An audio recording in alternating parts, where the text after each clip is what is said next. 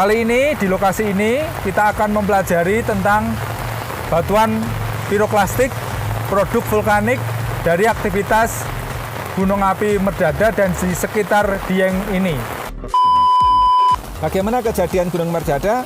Bahwa kerucut Merdada itu salah satu semacam kerucut gunung api monogenetik.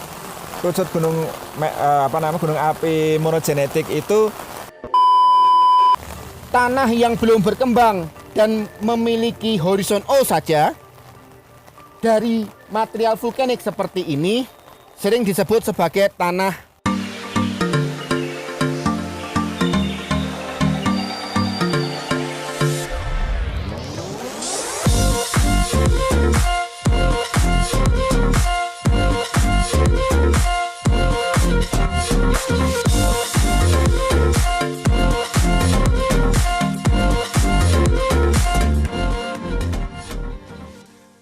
Selamat sore adik-adik peserta EGR 2021. Saat ini saya berada di Dieng, ya. Di belakang saya ini adalah Kawah Merdada dan saat ini sedang kondisi hujan deras. Hujan deras seperti ini juga tidak menyurutkan bagi seorang geologis untuk bekerja di lapangan. Tetapi ingat, kita harus selalu menggunakan peralatan safety termasuk perlindungan dari hujan.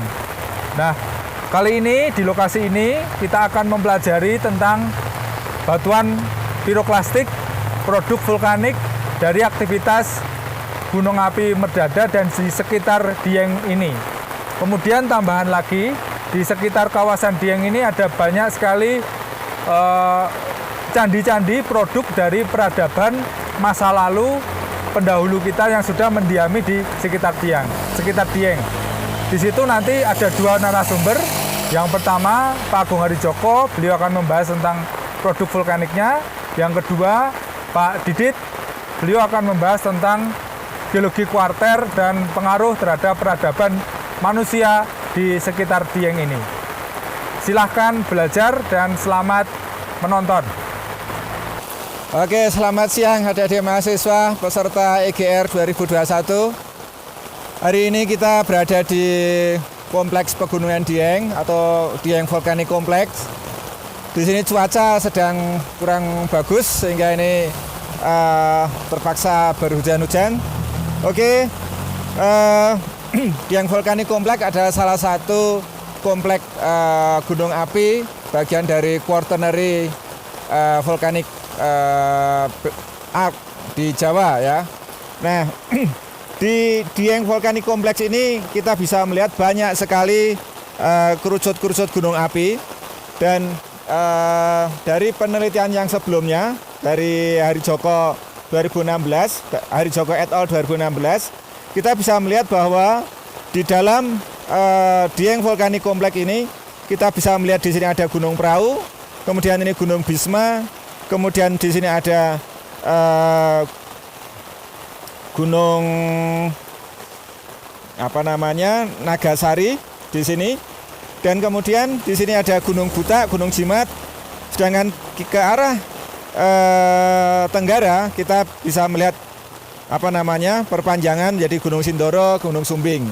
Nah, di dalam kompleks gunung api Dieng sendiri, maka ini dari penelitian sebelumnya bisa dikelompokkan ada 3 tahap vulkanisme di Dieng ini, yaitu tahap tua, yaitu termasuk di dalamnya adalah Gunung Prau, Gunung Bisma, dan Gunung Nagasari.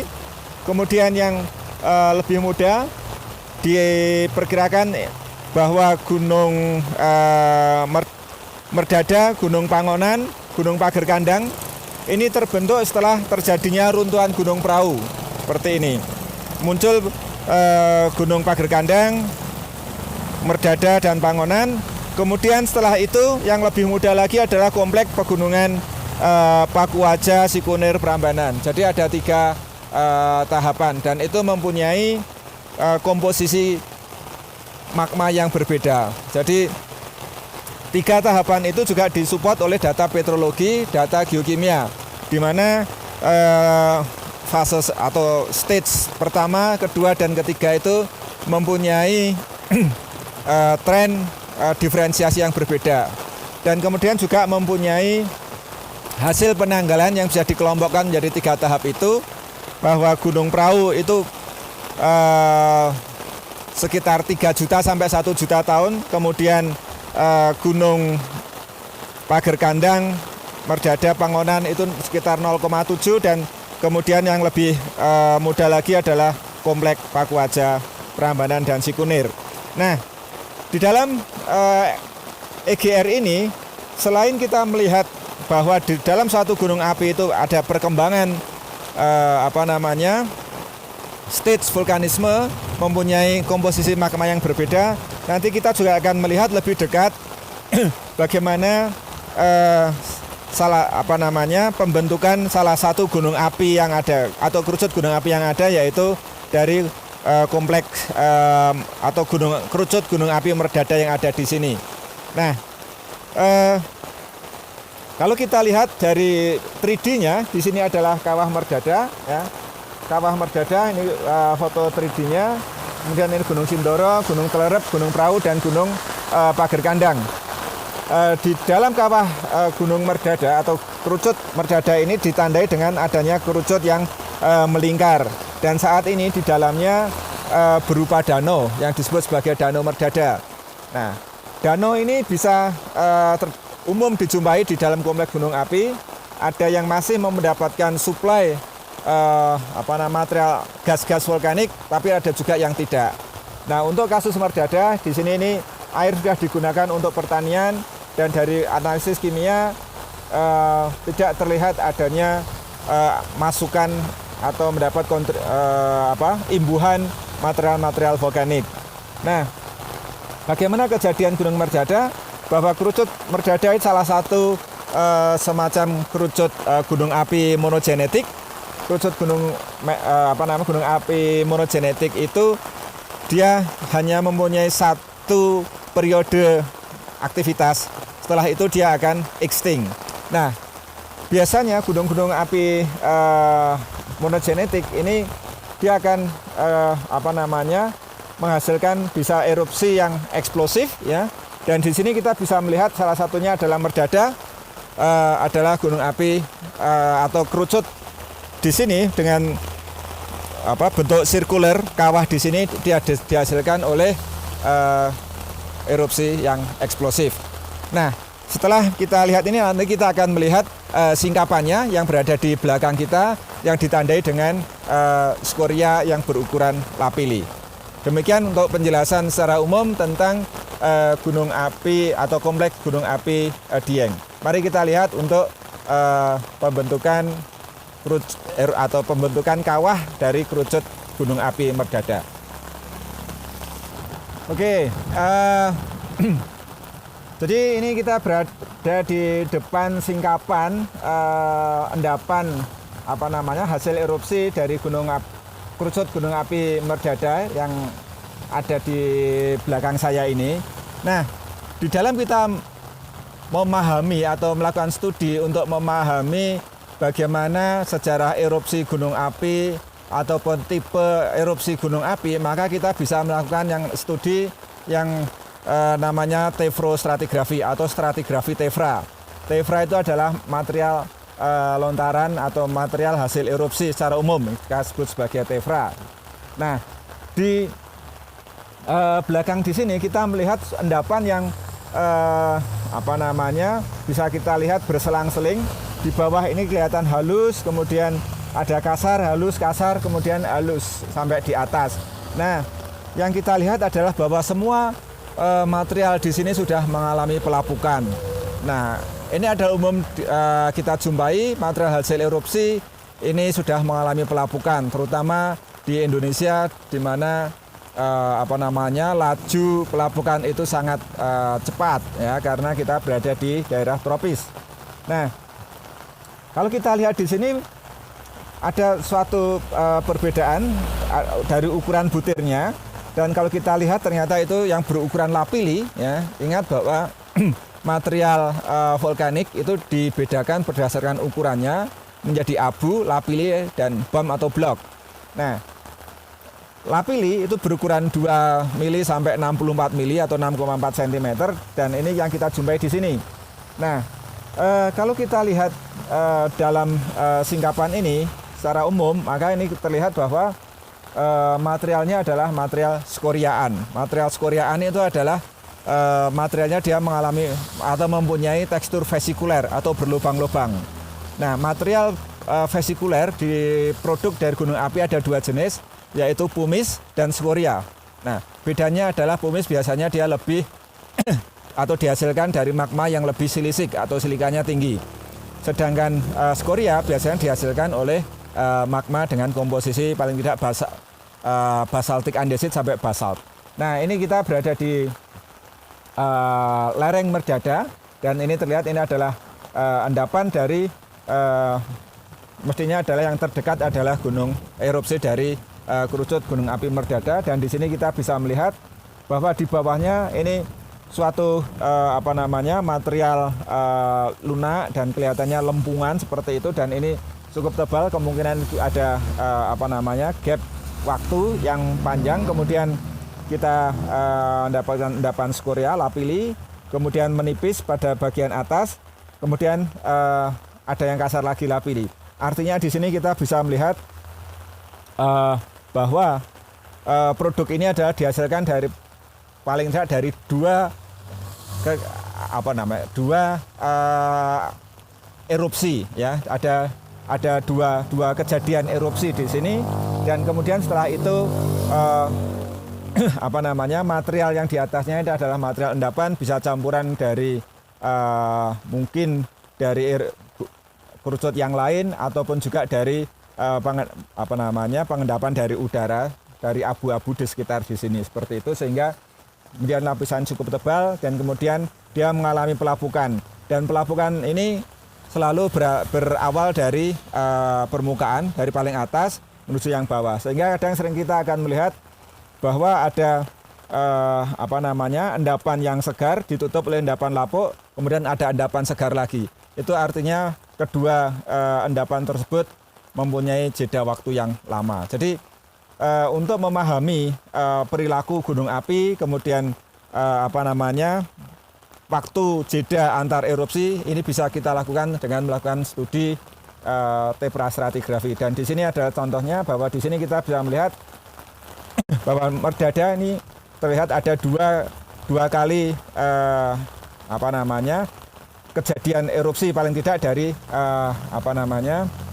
endapan yang ada di sini. Sedangkan endapan di atas kita sebenarnya masih bisa melihat adanya juga skoria seperti itu. Cuman di sini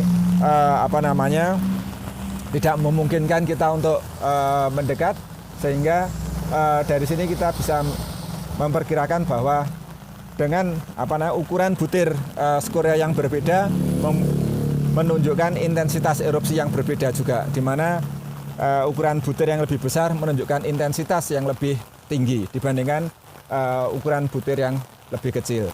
Jadi dari sini kita bisa melihat ini adalah salah satu contoh tefra, hasil produk erupsi eksplosif dengan komposisi magma mungkin basaltik andesit sampai ke basalt, ya. Jadi atau ini bisa kita lihat adalah, bisa kita katakan magmanya adalah magma mafic. Jadi demikian untuk lokasi ini yang bisa kita jelaskan. Nanti kita bisa sharing lagi. Silahkan kalau ada pertanyaan langsung kontak ke saya, tidak masalah. Terima kasih. Baik, sekarang kita berada di dekat Telaga Merdada, dan saya akan melanjutkan penjelasan dari Pak Nugroho dan Pak Agung sebelumnya. Baik, yang di depan kita ini tadi sudah dijelaskan tentang piroklastik jatuhan. Kita bisa melihat beberapa lapisan yang ada di sini, ya. Satu lapis itu dari fraksi kasar hingga halus, ya. Ini satu lapis, kasar hingga halus. Ini satu lapis, demikian kasar hingga halus itu membentuk satu lapisan. Artinya apa? Dengan kenampakan beberapa lapis ini menunjukkan bahwa proses, ya, pembentukan batuan ini terjadi berulang-ulang. Dan kalau kita perhatikan di sini, ya, ini hampir semuanya kasar hingga kemudian ke arah sini ini ada bagian yang ada halusnya.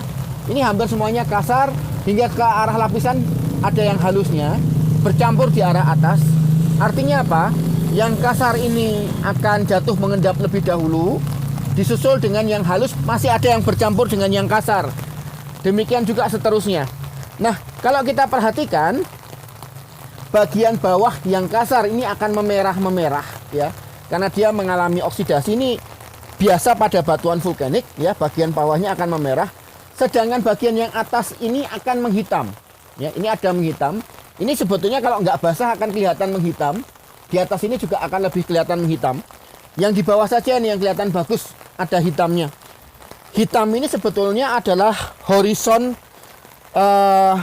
humus, ya, horizon karbon. Jadi kalau kita lihat, ketika pembentukan lapisan yang di bawah, ya, pembentukan lapisan yang di bawah, terjadi jeda pengendapan, sehingga lapisan ini mengalami proses pedogenesis lebih dahulu. Dia membentuk horizon O atau horizon organik. Jadi mungkin setelah ini diendapkan banyak tanaman-tanaman sehingga lapisan ini menjadi hitam, membentuk horizon O atau organik. Demikian juga di atasnya. Setelah terjadi pembentukan batuan di berikutnya, ya, dari sini sampai sini, ini mengalami proses pedogenesis sehingga sebetulnya di atas ini ada yang hitam dan selanjutnya. Nah, proses pedogenesis yang menghasilkan horizon organik itu mencirikan adanya jeda pembentukan batuan. Jadi bawah, tengah, dan atas ini ada jedanya, yaitu ketika terjadi proses pembentukan horizon O. Jadi sebetulnya walaupun kelihatannya ini berlapis-lapis, kemudian ada beberapa lapisan pedogenesis, namun sebetulnya proses pembentukan tanah di sini belum berkembang. Dia hanya punya lapisan parent materials, ya, parent material dari pyroclastic fall.